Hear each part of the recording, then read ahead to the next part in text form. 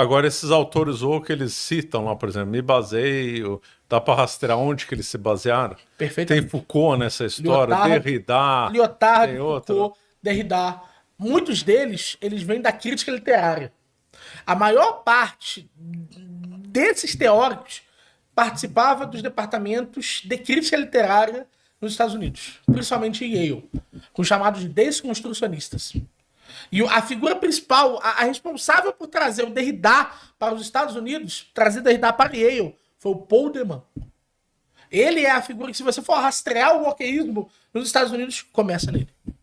Quem que é ele? Fala um pouco dele, então. Paul de Man foi uma figura muito polêmica, porque ele, inclusive, fez textos dizendo que não teria sido tão estranho assim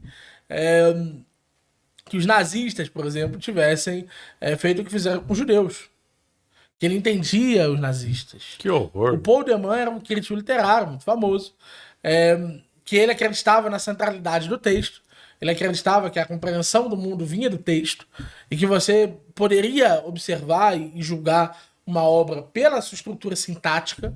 E ele dizia o seguinte: certas estruturas sintáticas provocam certas modificações na realidade. Então, para ele, se o texto, se o subtexto nazista fosse convincente, internamente convincente, haveriam motivos para que ele fosse semanticamente convincente. Então, há uma... como que eu posso dizer? Há um salto, do ponto de vista de qualquer estudo de epistemologia, entre aquilo que é sinteticamente coerente, o que eu posso dizer de forma real, e o que é semanticamente coerente, aquilo que é real no mundo.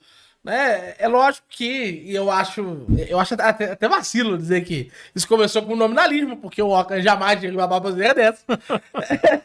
Mas nos lembra um pouco esse tipo de estrutura, na medida em que, de fato, da natureza e da coesão dos nomes, a gente tiraria a coesão semântica. E aí o Paul de Man, ele vai influenciar a leitura, por exemplo, a releitura de obras por meio da revisão sintática interna delas.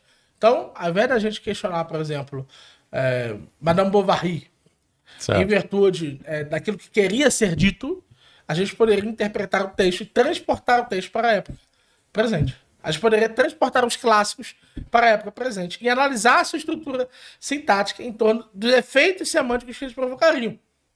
Então, é quase uma defesa formal e muito elaborada do anacronismo histórico. Né? E isso em tudo, cara. E assim, não só o Paul de Man, tá? O Harold Bloom, uma galera dos chamados desconstrucionistas de Yale provocaram mudanças radicais em toda a compreensão social seguinte. Por quê? Porque eles não precisavam se ater a nada.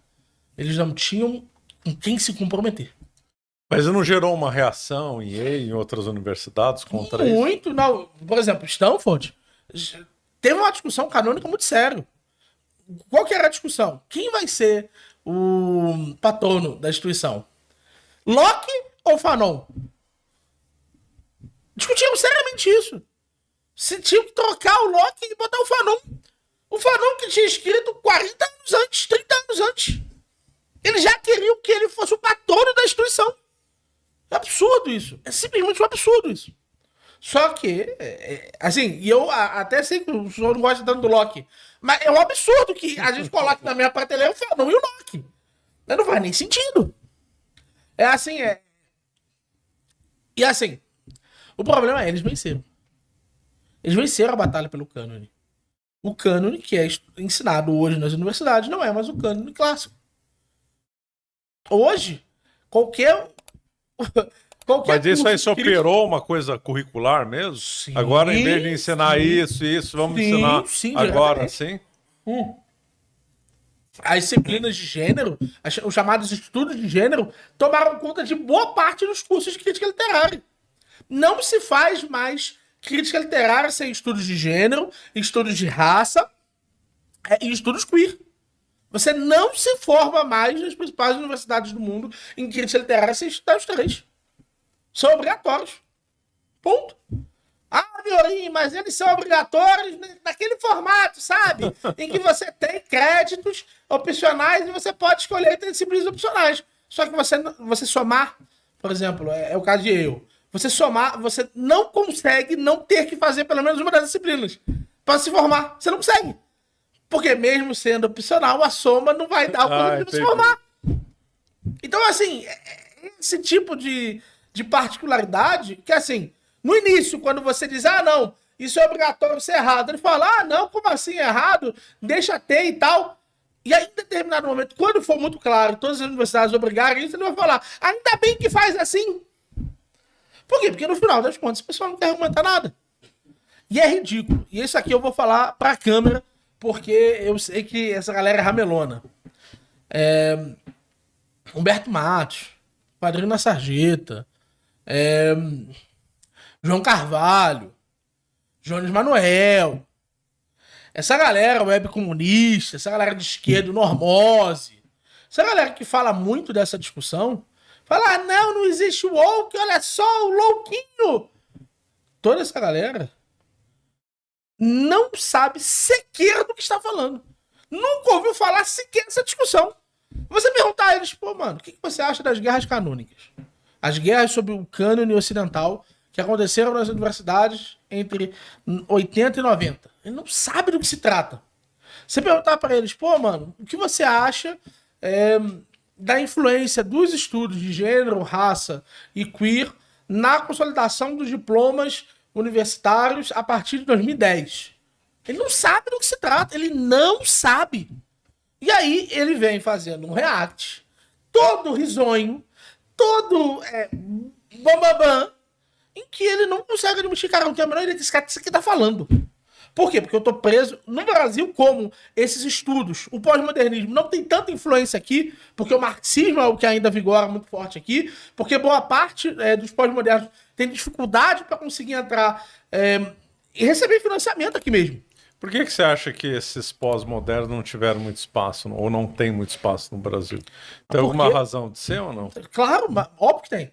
Porque hoje, boa parte do processo intelectual de defesa intelectual do PT e defesa intelectual das ações da esquerda é feito pelos socialistas marxistas. Mas o Foucault acabou avançando bastante aqui na universidade. Né? Avançou, claro. Mas como?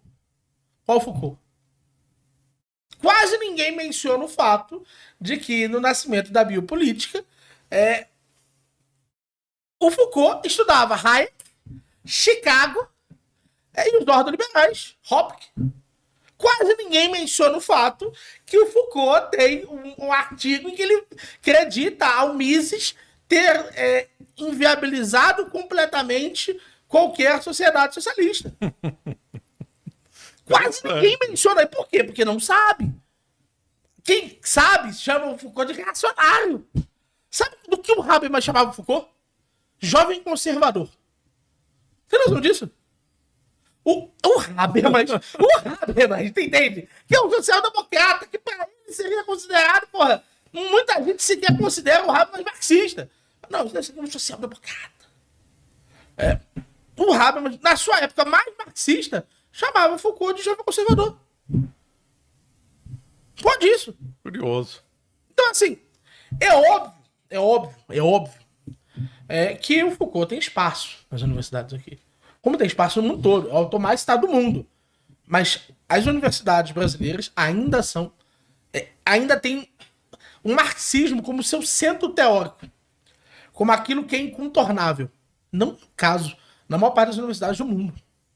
Só para vocês terem uma ideia, entre alunos de humanidades, só 5% dos alunos de humanidades no mundo são marxistas. Onde você viu essa estatística?